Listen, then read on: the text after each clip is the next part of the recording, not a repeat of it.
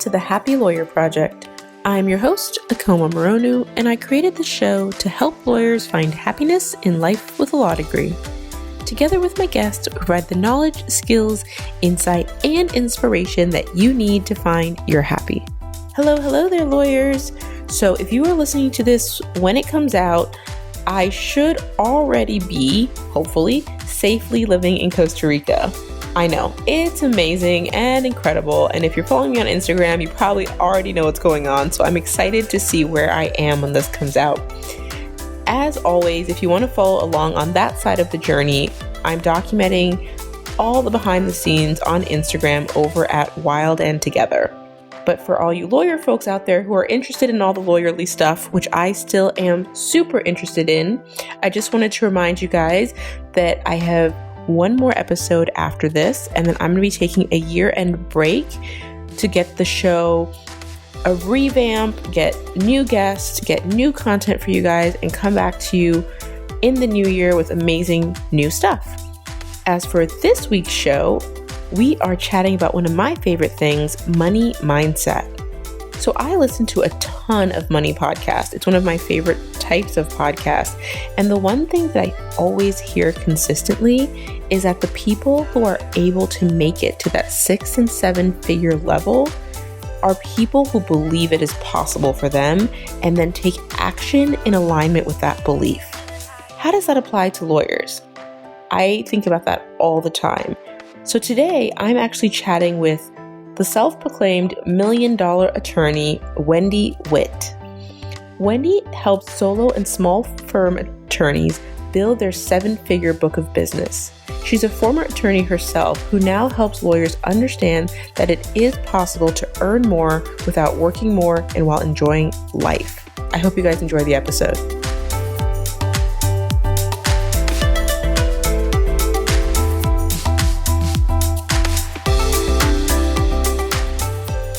Welcome to the Happy Lawyer Project, lawyers. I'm super excited to have you guys back and to be back behind the mic. And I have a really exciting guest here today. I have the lovely Wendy Witt with me. Good evening, Wendy. Good evening. I'm so happy to be here and honored to be part of the Happy Lawyer Project. We're so happy to have you. If you could just start with a brief description of who you are and what it is that you do. Sure. I serve as a master law business strategist, and my mission is to tilt the legal profession towards wellness. I do that by helping solo and small firm owners build $1 million or multi-million-dollar law firms and the life that they love. So everybody who's been listening for a while already knows why I love this. I love wellness. I love money. I love encouraging people towards building the life that they love. So really excited to dive into how you do the work that you do. So let's just start with your journey into kind of what the work that you do today and your relationship with money. Where did all of this start for you? Interesting. And I actually love this question because it's essential for your listeners to know that both success in business, entrepreneurship, and money can be learned. I didn't start out with an affinity for either. And actually, in a way, I was repelled by it, which sounds crazy for what I do now. But I had a personal transformation, and that led to a business transformation. In fact, when I look back, like when I graduated from law school, my favorite professor gave me a hug and he said, "Wendy, let me know if you give all your money away." And it's shocking to look back and see how out of tune I was with the fact that you had to make money to help people and have a significant impact. You know, I became an entrepreneur when I was desperate to get out of a law firm that I hated, and I was trying to keep my 5-bedroom colonial. I'll note that at that time, I did fail to keep that house because having an entrepreneurial seizure and just jumping in without guidance, without the mindset, without the business skills doesn't work. But then I figured it out how to make it work for me and really design the life that I wanted. And to come all the way back, the house I have now, I could never even imagine living in when I had that 5-bedroom colonial. So my transformation came from being determined to learn something that I found challenging to me because I never learned how to run a business in law school. My undergraduate degree is in psychology. But I looked outside the law to learn about both life design and making, and I'll add, and keeping money. There's so much good stuff in there. So one of the things you said right off the bat that I know was triggering for people was the idea that you can increase your impact with money. Because I know a lot of people have this resistance to that idea. There is such a mindset resistance to that. And I think we have to look at our own history to see why that might be. I look at, say, my parents, and, from birth to about 7 is when information comes into our brain, into our subconscious, and there's no filter. We haven't learned to filter anything out yet. So we just absorb everything. And so think back to how your own parents, and I'm speaking to your listeners in general, but how they look at money and how they viewed money. I mean, I remember my dad looking at someone who had created, a lawyer who had created his own wealth and said, must be nice, right? And then, my mom, when she would go to sit down at her desk and pay the bills every month, she turned nasty. Like, she was under so much stress because of the bills that somehow translated to me that I had a negative view of money, and that people who want to make money, they're really selling their souls. And it couldn't be further from the truth.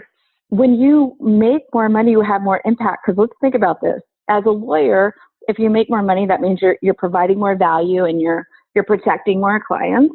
You're employing more people. You're paying more taxes. You're contributing to the community in whatever ways you choose to do that. You're funding your kids' education and opportunities, so you're creating a better life for them, which means they're empowered to create better lives for others, and so on and so on and so on. So if you look at what you can do exponentially, it's really amazing. I mean, you only make money when you provide value. Does that make sense? Yes. No, and I agree with that. And I think that I don't disagree with the people whose brains out there are screaming, because there are so many things in our society that provide value that aren't properly compensated. And I get that. And that is a institution, that is a structural problem. It's not a perfect system. Like, the market is not completely free. Do you know what I mean? Well, we're talking about being lawyers tonight, right? Correct. And creating law firms. So that's where I'm coming from. I completely agree with you. I just am trying to address the issues that I feel like will come up for people. Yes, please do. I think that people have this resistance because they think that there are so many lawyers out there who are working so hard, doing really important and really impactful practices that we don't think of as being traditionally profitable. And there is kind of a value imbalance sometimes. But to your point, there is a lot of mindset issues that have to be addressed. And the things I'm talking about are excuses for not addressing those issues. That would be spot on, right? So I did a complimentary strategy session yesterday because I'm supporting solo and small firm attorneys that are volunteering at the border. So they're giving up their time, taking time out of their firm to go help with humanitarian issues and help the people who are there. Hundreds more are showing up every week. I'm a former trust and estates attorney. I'm not going to be much help with the border. But what I can do is I can fundraise, which I've been doing, and I can help those attorneys build their business. So that particular lawyer, she is donating a lot of her time, doing a lot of good work. She still has a $500,000 law firm. Yes. So it's not an either or. If you can get your law firm running as a business, that it's clicking along without you, and that's really, there's a difference between a law firm and a law business that provides legal services. One, you're just owning your job. The second one, it's a business that can run independently of you, which means you can go to the border. You can go to the street. You can go to wherever makes your heart sing and do that good work or fund that good work. And the firm keeps clicking along. Oh, yes. So I just want to repeat what you just said, because I think it's so important. When you go out on your own to create something, are you just creating a job for yourself, or are you creating a business that supports you, your life, and the things that are important to you? Amen. Yes. Amen. So, I think that lots of lawyers love that idea, right? The idea that they could make enough money that they could also do the pro bono work they want to do, support the things that are important to them, have the flexible. It seems like you could have it all. But for so many lawyers, the idea of earning more is tied to the number of hours they work. So, right. So scaling up or leveling up their profits immediately feels like needing to work more. And they're like, how is that possible? Do you know what I mean? Like, I'm already working myself to the bone. I already barely see my kids. I'm at max capacity. How do you kind of overcome that mindset shift that's necessary to stop thinking about building their business just one billable hour at a time, but instead putting in place something that's scalable? Yeah, so let's talk this through together, because there is definitely a fear of building $1 million law firm or 2 million or whatever that number is for your listener. There's the fear because it sounds like more time, more work, but it's not. It's actually way easier to run $1 million law firm or a $2 million law firm than it is a $500,000 law firm or a $250 law firm. And the reason why I use $1 million attorney in my branding is because that's the shift level. That's the level where the tide begins to turn. The money is there to buy what? To buy freedom. It's the freedom to delegate tasks you don't want to do and cherry pick what you love. And so that's what I'd really love your listeners to equate money with, that money is freedom. You know, I've done the billable hour thing, and it creates so much unhappiness, so much unhealthy behavior in a profession, you know, and I've had clients who even say, okay, Wendy, I have enough money. I need time. I want to do what I love. And so that's part of the strategy for mapping out how to get them there. The one last point I'd want to make in this paradigm shift is that leverage is the key to both financial success and happiness. And leverage is created with delegation to the lowest paid competent person, documented systems, and flat fee billing. So I encourage those who feel tied to the billable hour to look for alternative fee arrangements, see what's out there, and see what can be done. I certainly work with clients who still use the billable hour, but there is a lot of research, and your colleagues have gone before you to figure out other ways. Gosh, you're saying so many things that it's gonna raise people's all of people's insecurities and fears. One of those is delegating. People who are good at being lawyers, they're good at their craft, and the idea of outsourcing that, right? Of their clients come for them, for their knowledge and their level of skill. How can they find somebody to bring into their business and, you know, build that trust? How do you advise people on when to bring in somebody into their business? So to start, it needs to start with some kind of assistant. You know, I've run the math on that, and even using a pretty low billable rate, like $300 an hour, there's so many attorneys out there who are still doing their own. They're not just doing legal work, right? They're doing assistant level work or paralegal work. And when you run the numbers, you're billing $300 an hour, or even flat fee, you're worth $300 an hour. You could pay someone $20 an hour to do this work. It literally comes out to over $218,000 a year that you're losing because you're not paying to someone. So try to be the jack of all trades and do everything in your firm is a mistake. You're never going to move forward. You will remain where you are forever. Because I've had some attorneys who they're answering the phone all day or doing secretarial-esque work, and then they work from like 5 to 9 doing lawyer work. You know, that's the recipe for burnout. That's when you hate what you do. There is no light at the end of the tunnel when you're like that. As far as going to the associate level, so this raises the question again, are you building a job for yourself, or are you building a real business? So when you're building a real business, which is what I do and encourage lawyers to do because it creates more freedom, happiness, and money, then you should be branding the business not yourself, right? So everybody names their law firm after themselves. I was going to ask of course that. Right? So then everybody wants you because your name's on the door.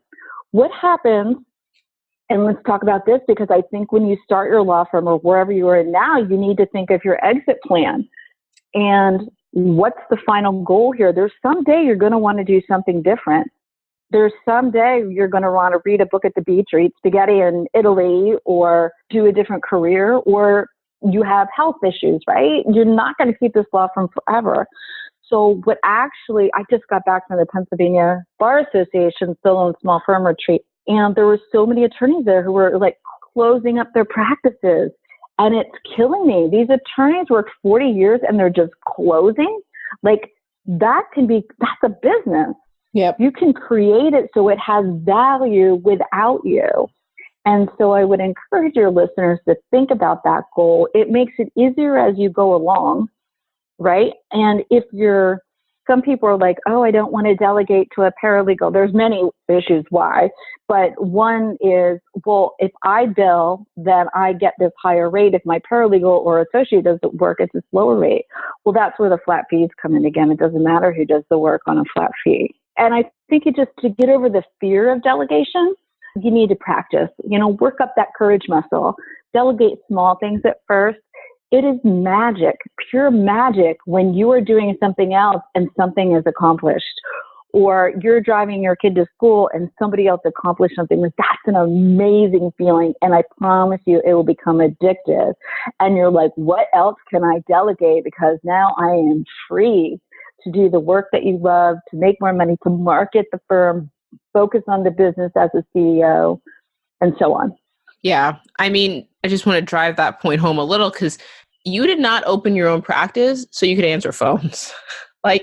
No, right? You didn't do it so that you could do paralegal work. And so there's a little bit of something twisted in that logic. And I know so many people have it, the idea that you could bill more if you're doing it.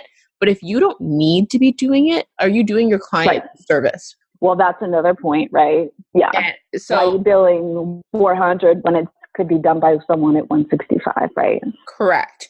And you're going to get, clients are going to come to you and they trust you with their money. And so there's a level of obligation we have, as professionals also, to think about the way we bill out our work and how we build out our businesses and how we serve our clients. And I think that it's really interesting to think about flat fees as fixing a lot of that. Mm-hmm. That's so interesting. It's leverage, right? And it also, while we're on the flat fees, because I feel so strongly because I've seen such good results. So another thing is it builds the relationship.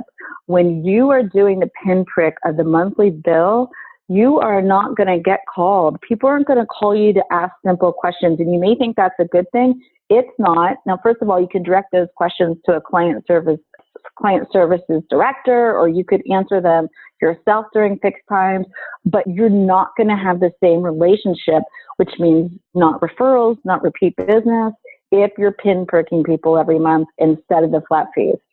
Yeah, no, I'm in-house. Well, when this comes out, I will no longer be in-house. But when I was in-house, I much preferred the attorneys I worked with on a fixed fee kind of basis, because I felt like they were partners in my business, right? And I could call them up for a quick call, and I never had to worry about running a bill or asking, when I was training members on my team, I could say, call local counsel and they can talk you through it. And I wouldn't have to worry about, are they going to run up this huge bill? Because we had kind of a monthly retainer built in for that kind of stuff.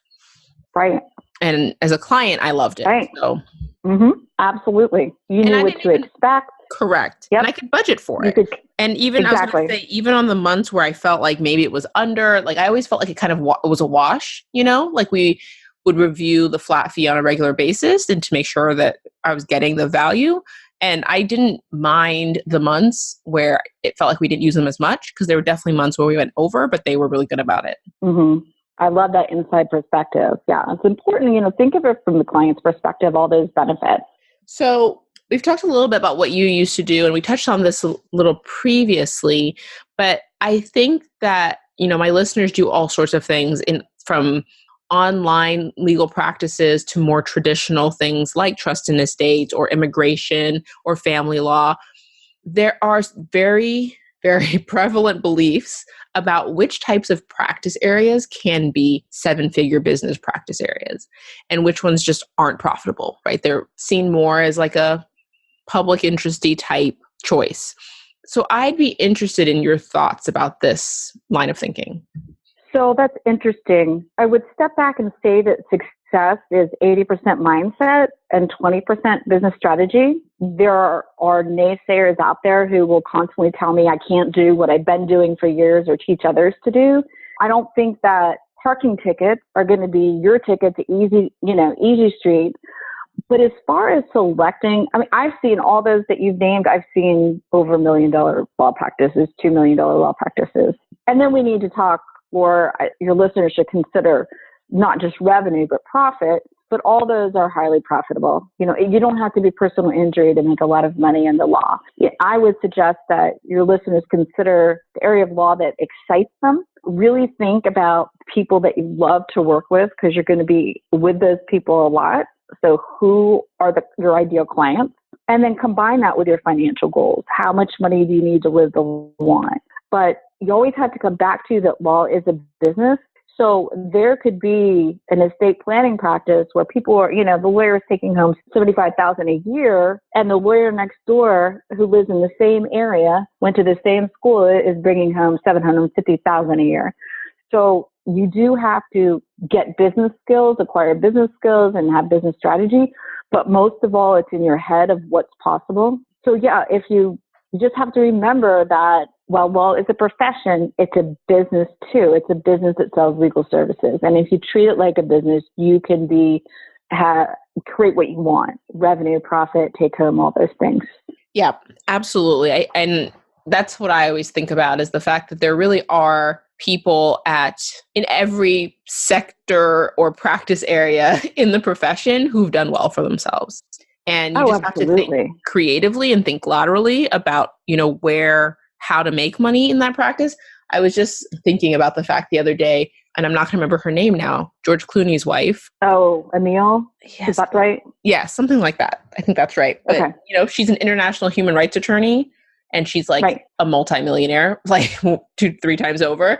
I mean, she didn't make it all practicing law, but she did it at a level where people do make that kind of money, because... Exactly. And I'm not saying everybody needs to make multi-million dollars, but I'm also saying that you need to make enough money to be comfortable in your life so that you can serve your clients.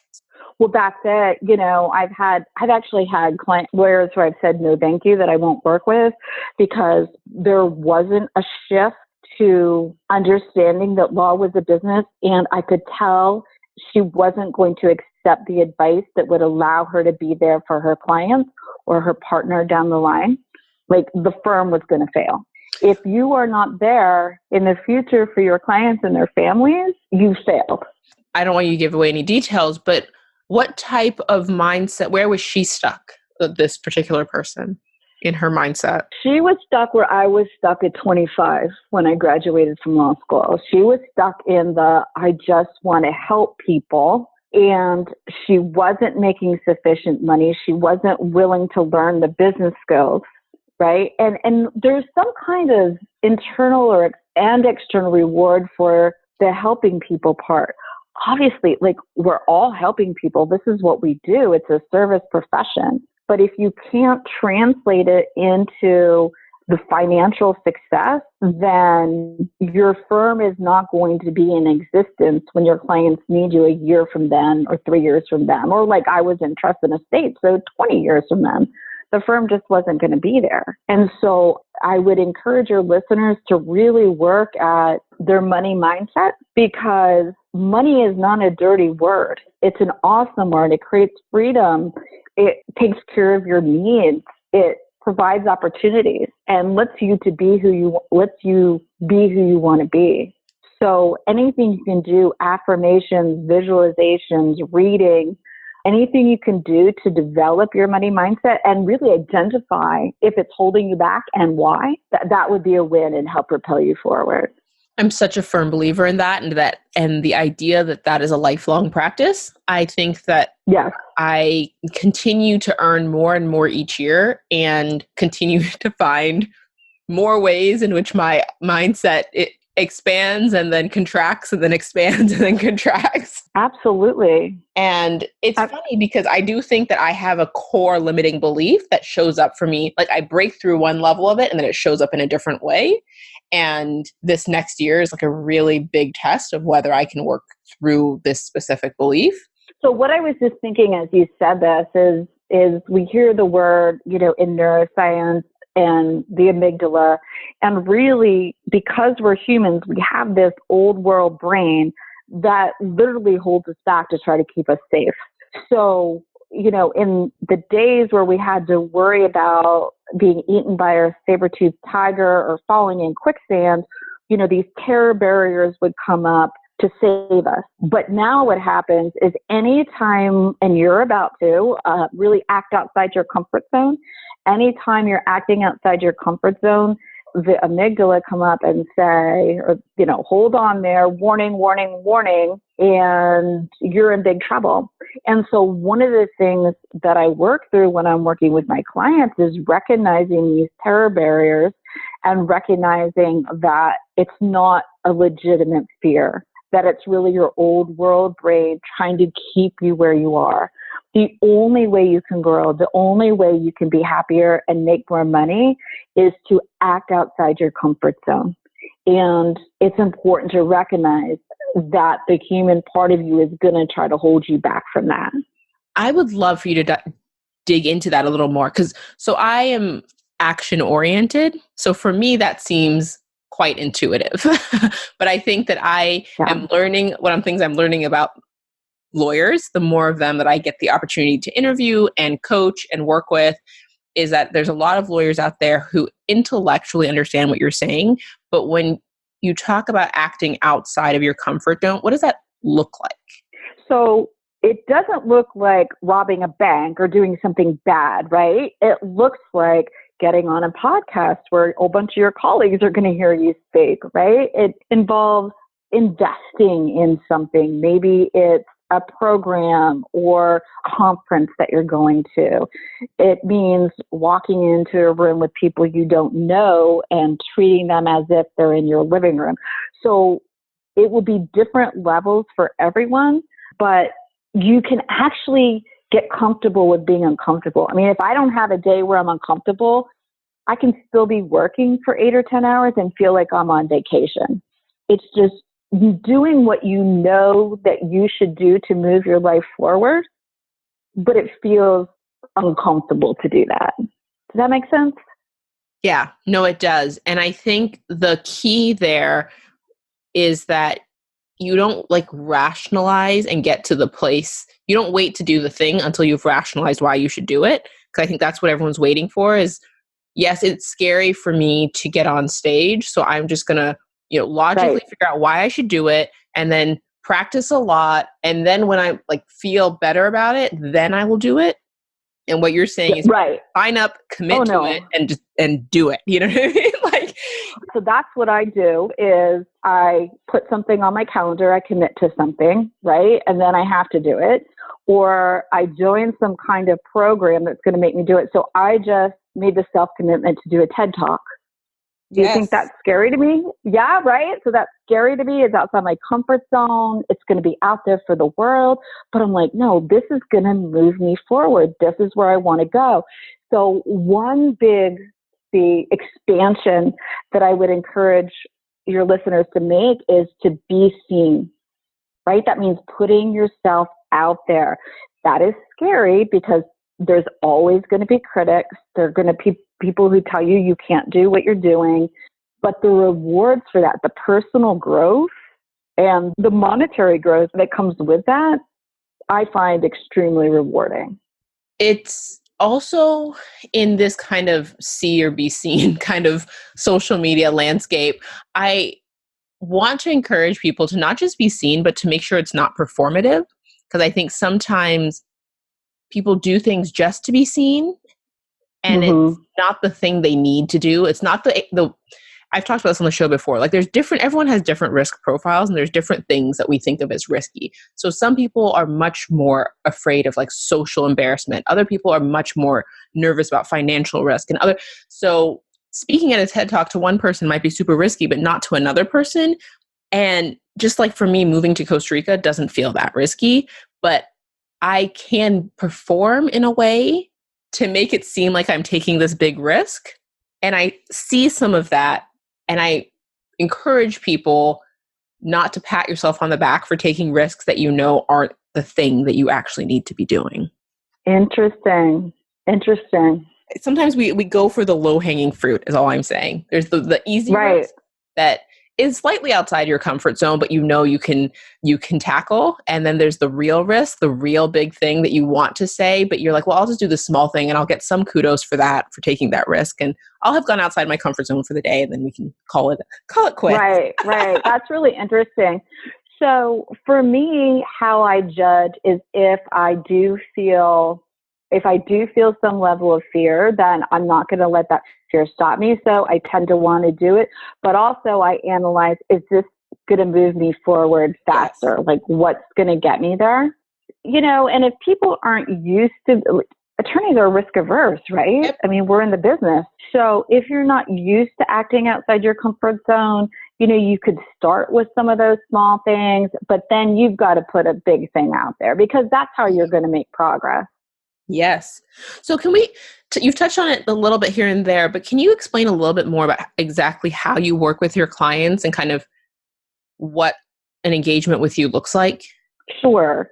So I run different programs. I run luxury mastery retreats, group masterminds. I have virtual master classes. And the reason why I do things at different levels is because people are at different risk tolerance levels and where they'll make investments.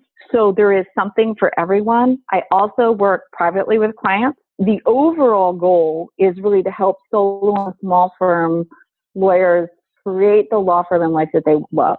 It's really about happy lawyers, and happy lawyers have greater impact. Happy lawyers contribute more to the profession. Happy lawyers make more money. It's just a win-win for everybody. So that means we map out, we establish, an establishing shot like in the movies where they are now, and then we map out where they want to be. And that's really how do you want to spend your time, those 168 hours you get each week, how much money to live the life you want, who do you love? So it's those three things that we analyze. And then we map out really what it takes to get from where they are to where they want to be. And there are common metrics, numbers, terror barriers like we talked about, challenges and celebrations along the way. Part of that is because we're in the law. Part of that is running the business. Part of it is we're human. There are some commonalities. And I lead strategy sessions where we really pound that out. We are analyzing the metrics, including happiness levels. That's a KPI that we track monthly. I love that. And then right? I mean, really, I've had clients be at like 1.2 million and they're like still working too many hours. Their happiness level isn't there. And I'm like, you're not there yet. This isn't good enough, right? We need to keep going. So we really analyze what are the next steps, and we adjust as we go. So it can be very overwhelming because when you look at your business, there are 1,000 things you could do. So you really need to analyze the metrics, not just gut feelings or whatever's on fire at the time. What are the numbers telling me I need to do? And then you take those next few steps. And then you analyze, tweak, and adjust as you go. And is there a revenue threshold for work with you? So what typically happens for the private clients who are strategy sessions, people are 500,000 or above simply because of the investment level to do that.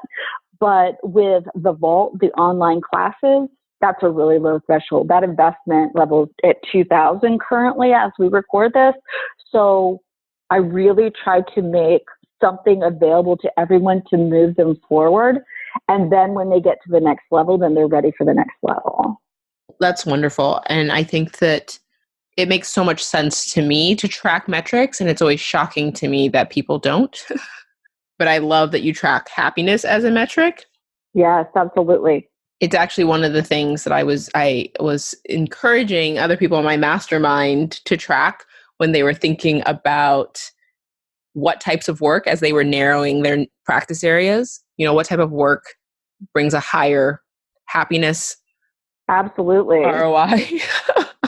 Yeah. And it's interesting too, because, it can be the area of practice, or it can be the happiness can come from that, or it can also come from building the business and seeing it grow and being such an influence in the community. There are so many things that affect that level.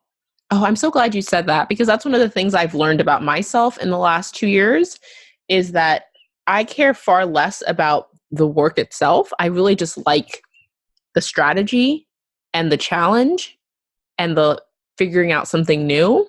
And so that's what I loved Yeah, so much about being at a law firm, is that I could just pick the interesting deals to work on and I never had to see the same thing twice. exactly. That's typically the transformation that takes place.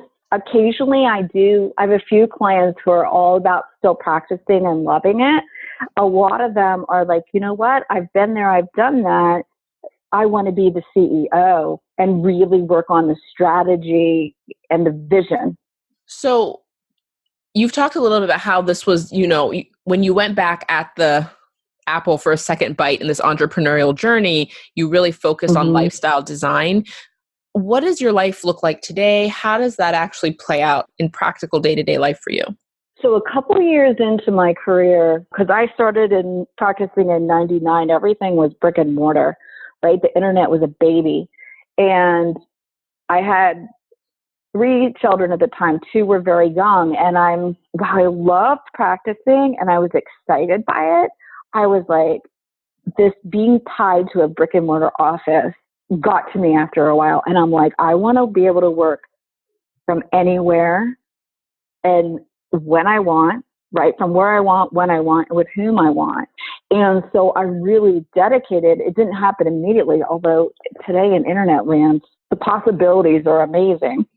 I've really created that. So I've really designed my life to work with the people I enjoy. I see the impact daily. I get to read, write, and talk all day, right? So people pay me for that stuff. And, I get to hear, Wendy, you're changing my life. So, I'm 53 years old. It's taken me a long time to get to this point, to figure out exactly what I want and then to figure out how to create that. But it is doable for absolutely everyone. Absolutely everyone. I know we need to move on to the next segment, but I have to ask, because what you said, really hit me between the eyes, that you wanted to have the freedom to work with who you wanted, on what you wanted, when you wanted, from where you wanted. How did you get to the point that you thought that you deserved that? Because a lot of people don't even think that that's something they can ask for in their life. Well, it's interesting. I have a health problem, primary Addison's disease, and it was called, which means the cortex, the outside of my adrenals, don't function. And so when I was 28 years old, I came literally within 30 seconds of dying. And it was due to long-term exposure to stress. I totally burned myself out. So I physically and mentally have very little capacity for and so it just became necessary, right? And like I said, it took me, technology had to be in place, my confidence level had to be in place, my skills had to be in place. So it was an evolution, but I really feel like there's no choice but to do what I love, because what's the point? What's the point if I'm not finding joy in it? Yes.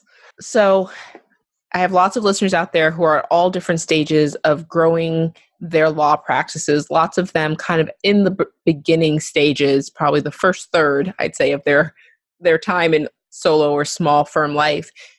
I'd love if you could just share a really actionable tip for them to help them move forward towards building a more profitable law practice.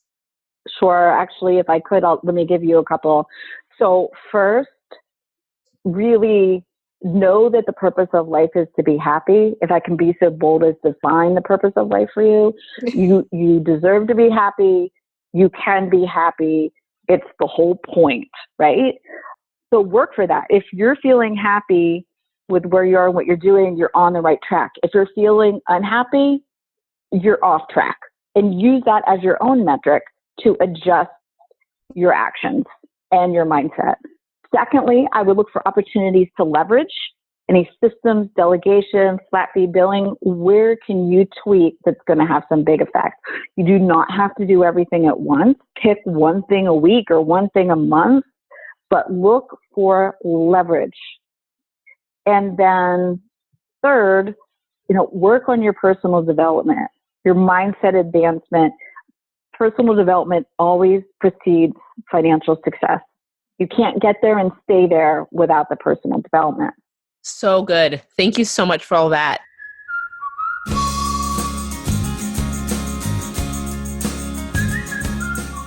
I am going to move us on to the second segment of the show, which I call the happiness hot seat. So this is a quick fire round of questions, which I always want to ask everybody, but I always run out of time. So I've shoved them all into the middle of the show. Perfect. Thank you. I'm excited. So number one, how do you manage overwhelm? So first, as I told you, because I learned from my health problems, I try to avoid overwhelm. But if it seeps in, I binge HGTV. What's your favorite show? Well, crazy, but I love Flea Market Flip. Really? I would never do that. I would never do that physical stuff of, creating something, but I just love to see the transformation that other people do. So, but I love both of them. Yeah, no, it's so funny because I love House Hunters International. So the fact that it all makes sense. What I'm doing with my life. Right. I was actually watching that one time and I saw a lawyer that I knew from Facebook with her mom buying a condo in the Bahamas. And I'm like, hey, I just saw you on TV. Yeah, that was fun. It's good shows. You learn a lot. It's so funny because I don't know if you know who Nikki Elledge Brown is, but she does copywriting kind of in the online world and she has a podcast and stuff. But we worked together back in the day and she was on House Hunters. But then the really funny thing is her episode of House Hunters was on the TV screen in Orange is the New Black.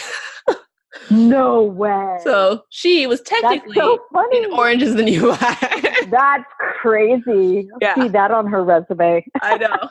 It's so, she obviously all of her, people were screenshotting it. And obviously it's Netflix. That's hilarious. Get a screenshot of because it's not like real TV. Yeah. When you couldn't do that. But yeah. See, the hot seat never goes that fast. Number two, what is a boundary that has helped you prioritize your own happiness? Oh, big time. I only consult on Tuesdays and Thursdays. So I set a fixed schedule. Ooh, I love that. Number three, can you describe a specific mindset shift that changed your life? Taking 100% responsibility for everything in my life. So where I am health-wise, financially, relationships, everything, I own it 100%. Can I ask you how old you were when you made that shift? Ballpark? Late, I wish. No, it was like late 40s, right? Probably late 40s, mid to late 40s. You know what? It's interesting is when I made the shift is when things started turning around for me and everything, right? So my career got really hot. Finances got hot. Relationships got better. You own it. That gives you control to change it. If you're a victim, if everything's everybody else's fault, you have no control over it. Yeah. No, I personally feel like I understood it conceptually, but only have made the shift in the last maybe 2 years. And my husband is, we talk about this openly on the show. He's a little bit behind me on the personal development arc, and I just want him to get here. Right? So that was a selfish question. Number four, name a book that has inspired you on your journey. Yeah, so this is where I learned the 100% responsibility. Success Principles by Jack Canfield. Ooh, I haven't read it, so I'll add it to my list. Yeah, good gift book. I actually give it to every private client I have. It's the first thing I send them. It's that good. I love when people gift books. I think it's such a meaningful gift. When I like a book, I buy multiple copies, both to support the author who's written something great and to have people to talk to about the book. Absolutely. Again, self-interested. 5, what do you think separates happy lawyers from lawyers who continue to struggle to find happiness in life with a law degree? Mindset. It's all mindset. Easy. All right. So before we wrap up, I have a couple of questions that I did get in from listeners, but now I'm going to apologize because I lost one of their names. But so I got a question from Jill, and she wants to know about attracting clients in a rural area. So she's trying to build a law practice in a less dense community. And she didn't know if you had any tips for her there. So in general, marketing is all about relationships, right? So building the know, like, and trust factor. If she grew up there, it's going to be easier. And it's a little hard to answer without knowing the practice area, but it really is about putting yourself out there in the community and building relationships. So I've talked to the managing partners of like huge PI firms, down to, small individual estate planning firms. And it's all about doing what you love in the community. Like I wouldn't encourage you to do activities that you find boring or not inspiring. Don't be part of the horse club if you don't like horses. Don't be part of Kiwanis if you don't like Kiwanis, whatever it is. Do what comes naturally. So if you're into cycling, cycle. Your kids are in school. Kids are a godsend for making relationships. That's how you meet a lot of people. So just really be seen, put yourself out there. I would suggest that for your firm that you pick a particular charity or cause that really touches your heart and make that your signature charity. And so what happens then is you become the face of this charity. You're in their marketing materials. They'll often link back to your firm on their page so that you get that boost and you get that credibility. So just being seen as the expert, speaking, networking, a valuable community member, and remember that it's all about relationships. I love that. That's such great advice. So, and I got another question from a law school student, and she asks, what advice would you have for important skills that young lawyers should be trying to develop who may one day want to go out on their own and build a profitable business? So in some law schools, very few, but some, they are starting to do courses in how to build a law firm or those kind of business skills. You can learn, it comes back to 80% mindset and the 20% business skills and strategy. So anything that I know it's hard to read when you're in law school, right?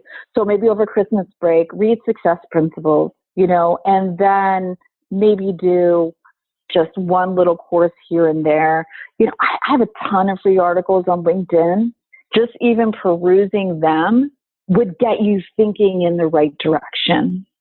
I love that. And I think that even if you're not going to start your own law firm and you're just going to, practice law under somebody else, having those basic business skills just makes you such a better asset to the business.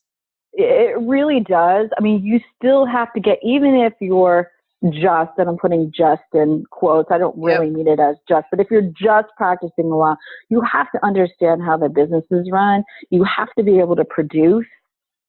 And you have to be able to have the emotional intelligence to interact with clients and the staff and to really get it done and understand how to intertwine your goals with the goals of the business.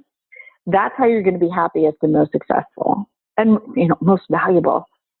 Yeah. No, I think that there's so much good stuff there too. Yeah. And one of my mentors who was the kind of the GC who hired me, that was the advice he gave me, which I hadn't gotten before, but basically what he said is, if your goals align with this business's goals, we both win. So exactly. That's why, I want to hire you if that's true, because then I know that you can act in self-interest and we benefit. Spot on. And that's what I'll just note for the people who own their own law firms already and have a team or will hire a team. Do not be afraid to share your numbers and your business goals with your team. That's how you're going to get their buy-in. That's how you're going to show them how they can make it happen for themselves, as well as being part of the bigger community and moving the whole firm forward. I already know there are so many people who are triggered by that. I know. I just scared at least 80% of your listeners, but I'm telling you, those are the firms that are making it big time. Yeah. No, love it. I'm all about sharing numbers, and I think it's so important. I think that transparency is important, and I'll just put one last plug in that it's especially important for women because I think that fear about money and about being wealthy and about making money and about talking about money is an obstacle to women claiming their part of the market, right? And getting their value out of the work that we do in the profession. I actually was just recognizing this morning because I had someone come to the house for an estimate for some work. And I'm totally comfortable now talking about money. And that was a big evolution, right? And I'm totally comfortable talking about making money and spending money and how much money. And I do that with my clients every day. So we're talking like I know everything about their money. It's one of those things, acting outside your comfort zone. You flex that muscle, you strengthen that muscle, and then you become better at producing and keeping money because it's no longer taboo. Yes, absolutely. We did a money book club on the Happy Lawyer Project early this year, and we read Jen Sincero's book. One of the things she says is, oh yeah, if money doesn't want to stay with you if you hate it, right. And I think that's fair. So yeah, that's another good book for your listeners. That's a really fun book to read too. Yeah, no, it's an easy book, and it's not an intimidating money book. So that was a good place to start for a lot of people. So let's wrap things up. I know I've already taken too much of your time today. I'd love if you could just share what you have going on that you think might be useful for my listeners and the best way for people to learn more about working with you. So I invite you, check things out at $1 Million Attorney, and please connect with me on LinkedIn. I love interacting with people. I love sharing free articles and guidance there. It's really a great forum, and it's a place where you should be playing full out free real estate, and let's connect. Awesome. Thank you so much, Wendy, for being on. You're welcome. It was a lot of fun.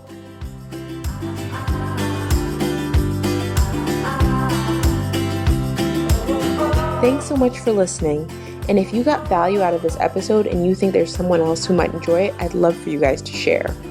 And if you have any questions for me, please head over to the website at thehappylawyerproject.com and you can leave me a voicemail right on the website. When you get there, you'll see a little tab on the right hand of the screen and you can click on it and leave a voicemail there. I absolutely love hearing from you guys.